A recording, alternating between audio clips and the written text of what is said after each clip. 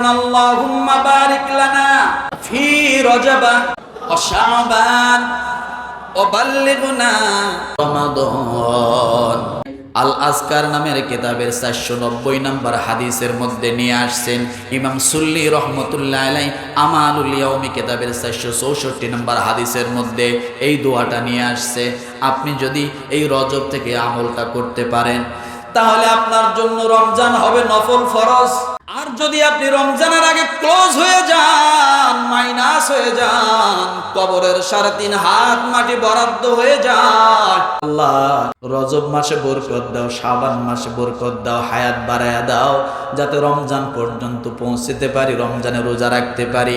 তার আগে যদি তুমি ক্লোজ হয়ে যাও, পুরা রমজান সহ শবে কদরের রাত সহ তুমি থাকা অবস্থায় আমল করলে যে পরিমাণ সওয়াব হবে তার থেকে ডবল সওয়াব আমি আল্লাহ কবরের মধ্যে ঢুকাইয়া দিব।